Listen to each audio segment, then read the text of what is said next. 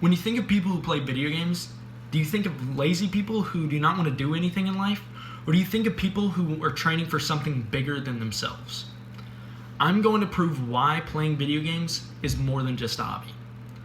Throughout the years, I've played in several competitive tournaments with my team and will continue as I train and play video games. Video games are more than just a hobby because of the competitive nature, it brings people together, and the training that is involved. Now let's get into the depths of my points. Start off, we have competitive nature. With video games are super competitive, whether you're playing single-player games or multiplayer games. With single-player games, you have people who try and speedrun campaigns. Speedrunning is trying to beat the game as fast as possible. Now, there are people around the world that are constantly competing to see who can beat a game as fast as possible. With multiplayer games, you have games like Call of Duty. Call of Duty is what my team plays on, and it's a game that you can go in with your team, and you go up against another team, and you're trying to beat them to win the game. Now, with the competitive nature, you can make a lot of money. So, when you think of video games, you think, how can you make money while playing video games? There are actually two ways that you can make money, in my opinion. First is you play in tournaments. Tournaments allow you to compete with other people, with your team, to go up against other people in a bracket type thing that you would see in kind of like March Madness. And it allows you to constantly go up against more and more people, and whoever comes out on top ends up winning wins the money. The second thing is making content for the game that you play. There are people who play Fortnite and tell people how to play Fortnite, or there are people who play Call of Duty and just show their friends playing Call of Duty. It's really simple. You just video yourself playing with your friends. And there's actually a third that I just remembered, and that is streaming. Streaming allows you to live stream you playing a video game. That allows other people to come in and watch you play that video game.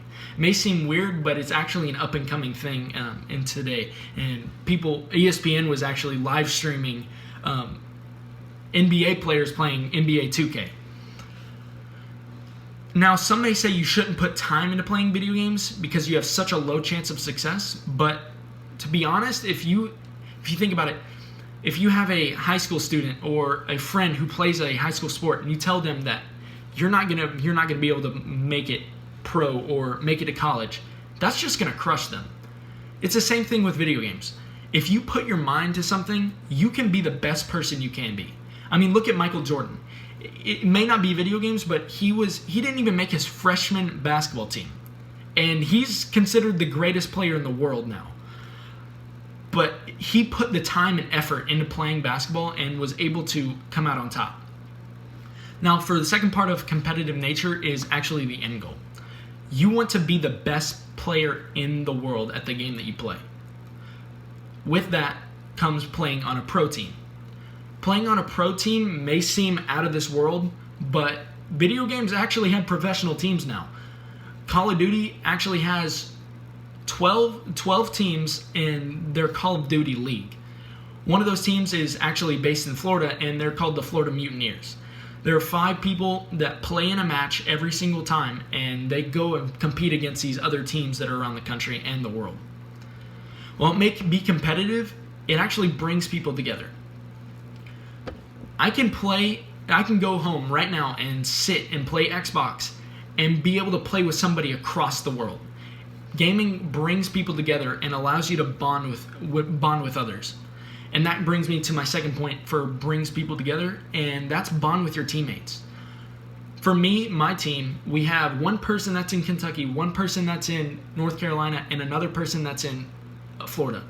So 2 people in Florida in total. We're not able to see each other all the time, so we actually are able to bond with each other over Call of Duty. We are able to play with each other every single night and get to talk and get to know each other better. When playing with people around the world, you have to train when you see them in tournaments. Now with training, people might think, oh, video games, it's not that big of a deal. Training is super easy. You're just moving your thumbs or your arms or whatever. But training is actually super hard for video games. You have to do your homework, is what I'm saying. You have to constantly play that game for hours and hours and hours, finding out what gun is the gun that you need to use and what particular spots in every map you should be at. And with all that training leads to competitions, like I talked about earlier, tournaments. With those tournaments and training that you put in, you can be the best player you can be. And that's why I think that video games is more than just a hobby. If you actually put the time and effort into it, video games can actually become a career. And I know that might seem weird nowadays, but it's actually up and coming, and it's a really big thing. With all that said, let me leave you with this. Video games are more than just a hobby because the competitive nature, it brings people together, and the training that is involved. Now, have I changed the way that you thought of people who played video games?